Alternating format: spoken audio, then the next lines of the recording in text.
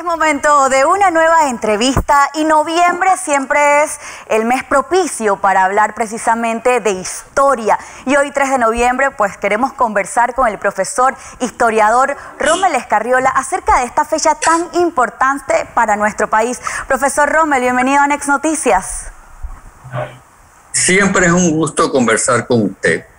Profesor Rommel, hoy 3 de noviembre, pues esta separación por parte de Panamá de Colombia luego de estar un tiempo abandonado por parte de esta unión, de esta gran Colombia. ¿Qué ocurre este día? Bueno, en la mañana del 3 de noviembre, porque la independencia no estaba preparada para el 3 de noviembre. Eso es lo primero que quiero aclarar. Ni había fecha precisa para realizarlo, según lo que tenemos conocimiento. En la mañana en Colón llegan 500 soldados dirigidos por los generales Tovar y Amaya y se comunican desde Colón por teléfono con la ciudad de Panamá y ahí se dan cuenta de que hay 500 efectivos. Cuando llegan los 500 efectivos a Colón con los generales Tovar y Amaya, era obvio que los militares se iban a tomar el poder y le iban a quitar el mando al general Esteban Huertas. Unos hablan de fusilarlos, pero yo no creo eso. Yo pienso que había un código militar en Colombia en esa época que era violar el código militar y para mí simplemente era arrestar al el general Esteban Huertas y tomarse ellos mismos el poder en la ciudad de Panamá y en la ciudad de Colón y el resto de todo el istmo de Panamá. Llegan los generales Tovar y Amaya a la ciudad de Panamá, pero se les engaña. Se les dice que solo ellos pueden ser transportados y no la tropa. Así que los soldados se quedan en Colón y los generales pasan a la ciudad de Panamá en el ferrocarril y son entonces arrestados. Hay un momento de confusión antes de el arresto de los coroneles Tovar y Amaya, porque no se esperaba la llegada de ellos y hay muchas confusiones y muchos temores y muchas personas que se retiraron del proyecto de la independencia, pero algunos se quedaron y se llegó a concretar cuando aproximadamente a las 6 de la tarde, por eso que en el escudo nacional aparece en el centro el sol ocultándose y la luna saliendo, porque se marca la hora de la independencia a las 6 de la tarde y así mismo se refleja en el escudo nacional. Había un contingente civil dirigido por los hermanos Díaz que se encontraban en el Parque de Santana y de ahí salen hacia el cuartel llamado de Chiriquí, hoy Las Bóvedas, y rompen las puertas, toman las armas y el general Esteban Huertas, que era el general que estaba dirigiendo el ejército conservador, pacta con aquellas personas que estaban llevando a cabo el movimiento y él se pasa al movimiento de independencia. Profesor, ¿qué tanto poder o qué tanta responsabilidad tendría Estados Unidos en la concepción de esta separación por parte de Panamá? Interesante pregunta, mucha. Cuando se inician los preparativos para la independencia, el propio Manuel Amador Guerrero viaja a los Estados Unidos para tratar de conseguir el apoyo de esa nación a la insurrección que se llevaba a cabo. No fue fácil para Manuel Amador Guerrero y él tiene conversaciones con algunos miembros del Departamento de Estado y con Philippe Bunau Varilla. y finalmente se llega a un acuerdo a que sí los Estados Unidos van a apoyar la independencia, pero no se determina, hasta ahora no he conocido ninguna relación que nos hable de cuál fue la táctica asumida en ese momento para el apoyo de los Estados Unidos a Panamá.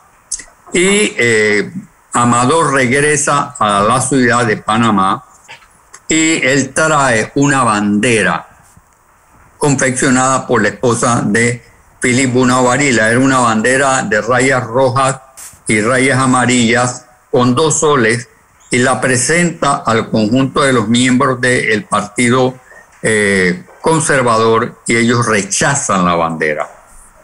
Al ser rechazada la bandera, esos son días antes de la independencia, no es el mismo día de la independencia. Claro. Y muchos días antes de la independencia, Manuel Amador Guerrero, porque esto sí es una narración exactamente como sucedió.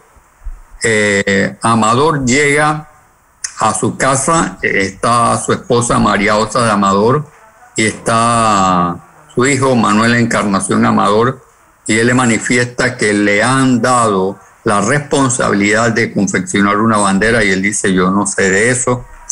Y exactamente le voy a describir lo que sucedió. El hijo de él, Manuel Encarnación Amador, se acerca a un escritorio, toma una hoja de papel y unos lápices y empieza a dibujar la bandera. Pero la bandera que dibuja Manuel Encarnación Amador no es igual a la bandera que tenemos en la actualidad. En la actualidad tenemos una bandera con un cuadrante donde el color azul está en la parte superior pegada al asta. No era así nuestra primera bandera. Nuestra primera bandera era así la primera bandera. Y hay dificultades con el Partido Liberal porque en heráldica colocar el color azul que representaba al partido superior en la parte superior de la bandera era demostrar que el Partido Conservador tenía preponderancia por encima del Partido Liberal. Así que el color azul que estaba en la parte superior de la bandera lo bajan a la parte inferior de la bandera. Arriba queda el color blanco, a la derecha el color blanco con estrellas, y en la parte superior hacia la izquierda, hacia la derecha, entonces queda el color rojo. Profesor, el color rojo. ¿Sí? Claro, que era parte del Partido Liberal. Profesor, entonces esto quiere decir que para lograr también nuestra separación de Colombia, tuvo que el Partido Liberal y el Conservador también ponerse de acuerdo para un fin en común. Claro que sí, porque recordemos que habían habido 3 años de guerra civil, 1899 a 1902, con la firma del Tratado de Paz de Wisconsin, donde los liberales y los conservadores se habían batido a muerte en todo el istmo de Panamá y eran enemigos irreconciliables. Incluso después de la independencia siguieron siendo enemigos, ¿cómo decir? Eran amigos. Tomaron una pausa solamente para la separación y luego siguieron con la pelea. Sí, exactamente. Y por eso que el color blanco dice que es la paz, pero fue una paz transitoria entre 2 partidos en pugna. Y esa pugna sigue tanto así que después se lleva a cabo la Asamblea Constituyente, y quien sale electo presidente de la Asamblea Constituyente es Manuel Amador Guerrero, miembro del Partido Conservador. Y el Partido Conservador, a pesar de que los liberales los habían apoyado, ellos son los que siguen teniendo ventaja en la vida política de Panamá y posteriormente la van perdiendo hasta que el Partido Liberal en el año de 1912, que es la primera magistratura del doctor Belisario Porras que ganan los liberales. Pero ¿cómo decirle? Una alianza donde hay paz, pero donde hay grandes diferencias y en que en cualquier momento podía estallar la diferencia.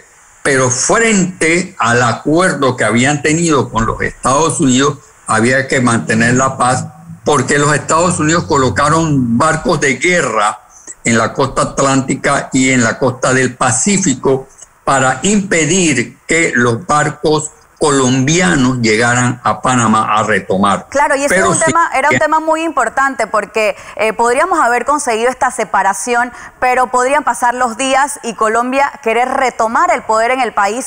El apoyo por parte de Estados Unidos es lo que impide que Colombia retome, ¿no? Sí, exactamente. Yo creo que así exactamente como usted lo afirma, porque el pie de fuerza militar que se encontraba en el cuartel de Chiriquí no era un pie de fuerza militar elevado. Claro. Si Colombia no retoma a Panamá porque los barcos norteamericanos están en las costas, están en el puerto de Colón y cerca de la ciudad de Panamá.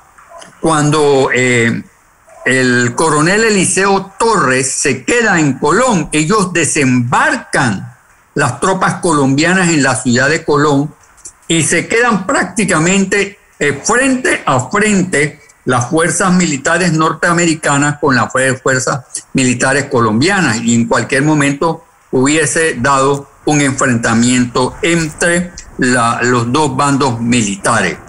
Es cierto lo que usted dice. Colombia tenía un pie de fuerza superior, 500 soldados, y ellos iban a retomar otra vez. Y además de los 500 soldados hubiesen podido llegar más barcos colombianos.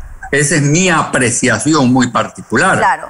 Sí. Profesor, ahora nosotros estamos celebrando hoy el 3 de noviembre como nuestro día de separación de Colombia en 1903, pero no es sino hasta el 5 de noviembre cuando en realidad es cuando se consolida esta separación, y antes lo celebrábamos como el Día de Colón y tal vez no le veíamos la importancia y el mérito que tenía, ¿no? Para ver si podemos hablar un poquito también para terminar la entrevista acerca de este tema. Sí, correcto. Primero, la independencia se da el 3 de noviembre. Cuando ya Huertas pasa al bando del Partido Conservador y del Partido Liberal y están los barcos norteamericanos en la costa. Ya le es difícil a Eliseo Torres, que está en Colón, tratar de tomarse el ferrocarril para trasladar las fuerzas militares a la ciudad de Panamá. Ahí tengo la plena seguridad que hubiera habido una masacre, porque las órdenes de los Estados Unidos eran defender a la independencia de Panamá, a pesar de que los Estados Unidos en todo el siglo XIX había estado del lado de Colombia y después pasa al lado de Panamá. Y en ese interín, la reflexión y el hecho final es que el coronel Eliseo Torres, que se encontraba en Colón con los 500 efectivos militares, él decía que iba a luchar para salvar la patria colombiana porque él era un coronel del ejército conservador. Y les voy a decir algo a usted y al público para que sepan a dónde quedó la bravura y el heroísmo del coronel Eliseo Torres. Los comerciantes de Colón deciden hacer una colecta de dinero y empiezan a recoger dinero y le llevan el dinero al coronel Eliseo Torres y le dicen: ok, tú te quieres quedar aquí en Panamá a enfrentar a los Estados Unidos y a que la independencia fracase, pero nosotros te tenemos este dinero que está aquí recogido. ¿Qué tú decides? O coges el dinero y te vas y te quedas aquí y no vas a poder hacer nada. Y lo que sucedió fue que el coronel Eliseo Torres agarró el dinero, dejó a sus dos generales Un coronel que se había comprometido a defender a los dos generales los deja en la ciudad de Panamá preso y se va con los dos barcos y con el dinero. ¿Qué pasó al final? Los compramos. O sea que desde esos tiempos, profesor, el tema de la corrupción sí, y la compra de personas se viene dando. Y mucho antes de eso. Y mucho antes de eso. Definitivamente, profesor, si usted tuviera que nombrar la persona responsable o el prócer más destacado de esta separación de Colombia, ¿a quién nombraría? De esta separación de Colombia, el prócer más destacado. Yo creo que hemos olvidado a alguien. Hemos olvidado a José Agustín Arango, que fue el primero que promovió la independencia antes que Manuel Amador Guerrero y antes que todos los otros miembros del Partido Conservador. José Agustín Arango. Pero lamentablemente él fue el que inició las primeras reuniones en su casa y en la finca. Pero la lucha política interna, y eso se da siempre en toda la historia y en todos los partidos políticos, el que inicia la lucha para conformar un movimiento de independencia es José Agustín Arango. Y podemos revisar los libros y los nombramientos del gobierno de Manuel Amador Guerrero y no le dieron ni un ministerio ni un puesto importante, porque había una lucha política y esta es una especulación. En la historia no se especula, pero yo pienso que cuando Amador llegó a los Estados Unidos, ahí se tuvo que haber negociado que tú eras el presidente, porque al inicio de nuestra vida republicana quien ponía y quitaba presidente eran los Estados Unidos, porque tenían la fuerza suficiente para poderlo hacer. Claro. Profesor Rommel Escarriola, muchas gracias por estar con nosotros aquí en el Noticiero Estelar de Next Noticias y hacer mucha docencia acerca de este día tan importante, hablarnos de nuestra propia historia. Muchas gracias, que tenga buenas noches. Gracias a usted.